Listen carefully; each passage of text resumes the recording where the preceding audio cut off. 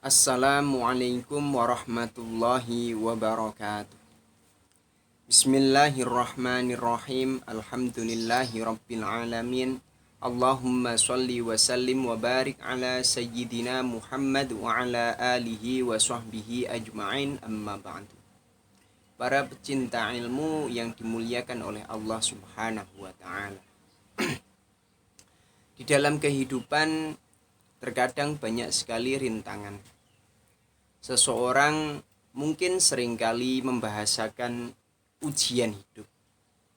Padahal sebenarnya ujian yang benar-benar ujian adalah untuk meninggikan derajat seseorang.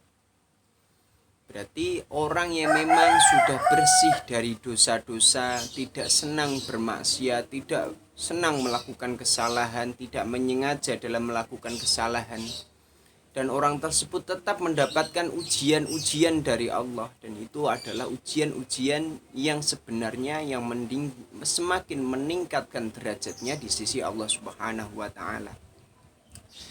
Tetapi banyak juga orang-orang yang mungkin secara kemaksiatan masih sering, bahkan mencari-cari kemaksiatan dengan sengaja mabuk, berjudi, bermaksiat, ini itu semua dilakukan.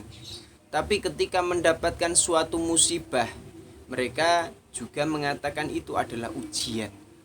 Padahal sebenarnya itu adalah bisa sebagai hukuman karena dari kesalahan-kesalahannya sendiri.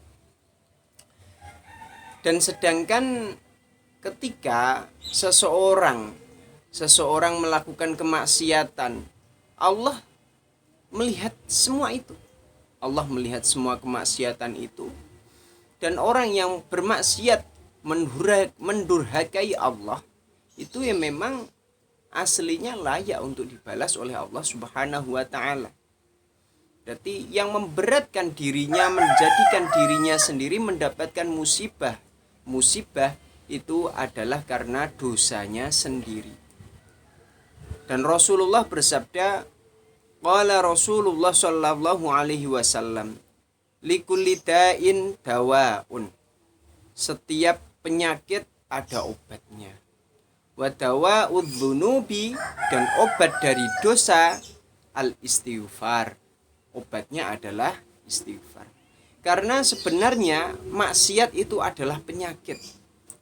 Maksiat itu keburukan, maksiat, kedurhakaan itu adalah suatu penyakit. Sehingga orang yang senang sekali melakukan kemaksiatan, hidupnya itu tidak akan tenang. Hidupnya bertubi-tubi mendapatkan masalah ini, setelah hilang ganti masalah yang lain, setelah hilang. Karena apa? Nggak mau introspeksi diri, nggak mau dia merasa bersalah. Padahal ketika dosa itu ya yang wajib baginya adalah bertaubat.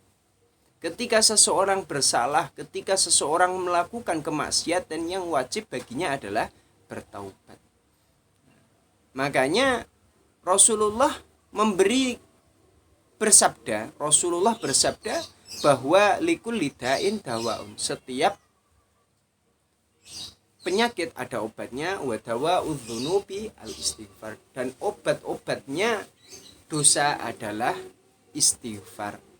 Makanya bagi seseorang yang sering mendapatkan musibah bertubi-tubi, kita sadari dulu, mungkin ini dosa, efek dari dosa ini, dosa itu, dosa ini, dosa itu, akhirnya menjadikan hidup banyak kendala, banyak musibah yang terjadi pada dirinya, penyakit dan lain-lain.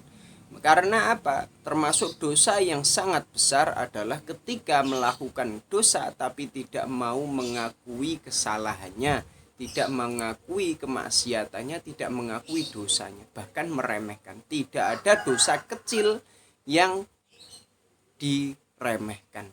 Dalam segi kalau diremehkan berarti itu bukanlah dosa kecil.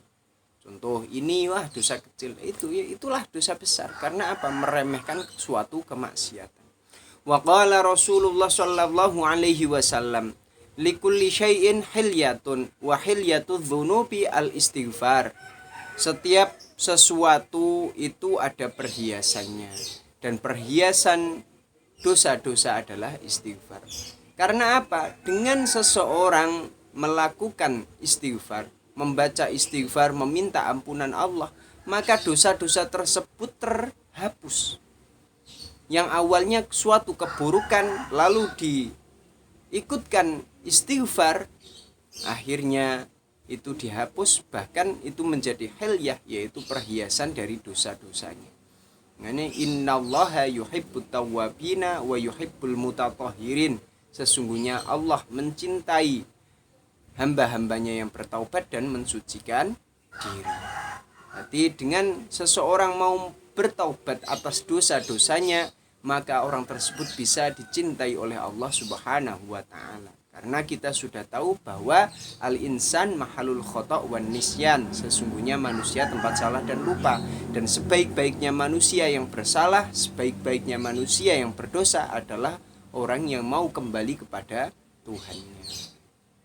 Wa qala Rasulullah sallallahu alaihi wasallam, man istaghfara ghafarallahu lahu wa in kana farran minaz zahf wa in kana farran minaz zahf. Barang siapa yang beristighfar, maka Allah mengampuni kesalahannya, mengampuni dosanya. Wa in kana farran minaz zahf, walaupun dia pernah melarikan diri dari medan perang. Dalam medan perang itu tidak boleh ya melarikan diri seenaknya. Berarti aturannya adalah mengikuti panglima perang, pemimpin perang. Disuruh maju ya wajib maju, disuruh mundur ya wajib mundur, disuruh bertahan wajib bertahan sampai perang usai. Jadi intinya apa? Harus mengikuti perintah atau mengikuti aturan dari panglima perang atau pemimpin perang. Jadi kalau ngeyel nggak mau ngikuti, ya itu adalah istilah pembangkang dan itu dosa tersendiri. Apalagi sampai berani kabur dari medan perang. Ketika berkecamuknya perang, dia malah karena takut mati dia kabur. Karena takut diculik atau takut ditawan, akhirnya kabur tanpa perintahnya pimpinan perang. Dan itu adalah termasuk dosa yang sangat-sangat besar. Bahkan dalam salah satu riwayat lain, orang yang kabur dari medan peperangan tersebut, sholatnya tidak diterima. Tapi kalau orang tersebut mau istighfar, man istaghfara ghafarallahu lahu wa in kana farran minaz zahf. Tapi kalau dia mau istighfar, meminta ampunan kepada Allah, benar-benar istighfar dengan sepenuh hatinya, menyesal, minta ampunan kepada Allah Subhanahu wa taala, Allah tetap pasti akan mengampuni dosa-dosanya. Wa qala Rasulullah sallallahu alaihi wasallam, ma asarra man istaghfara wa in 'ada fil yaumi sab'ina marrah. Tidaklah tetap dosa orang yang beristighfar meskipun dia mengulangi dosa itu dalam sehari sebanyak 70 kali. Berarti ini adalah bukti bahwa sangat-sangat luas ampunannya Allah. Jadi Allah ampunannya sangat-sangat luas untuk hamba-hambanya. Bahkan sampai Rasulullah menjelaskan tidaklah tetap dosa orang yang beristighfar. Berarti ketika walaupun dosanya sebanyak apapun, dosanya itu tidak akan abadi. Tetap bisa dihapus, tetap bisa diampuni. Asal dia mau istighfar, minta ampun kepada Allah.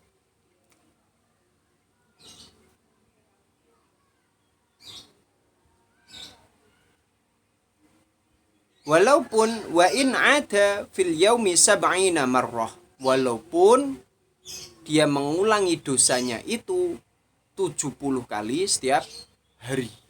Jadi dia sehari ini istighfar sebanyak-banyaknya, tapi dia ulangi lagi dosanya, istighfar lagi, dia tapi dosa yang seperti itu ya adalah dosa yang tidak disengaja, bukan dosa yang menyengaja. Karena berbahaya bagi orang yang mengatakan dia menyesal tapi ternyata dia sengaja, benar-benar sengaja mengulanginya lagi. Berarti kita yang dosa-dosa yang kepleset. Walaupun diulangi 70 kali kok dia tetap mau istighfar, Allah tetap akan mengampuni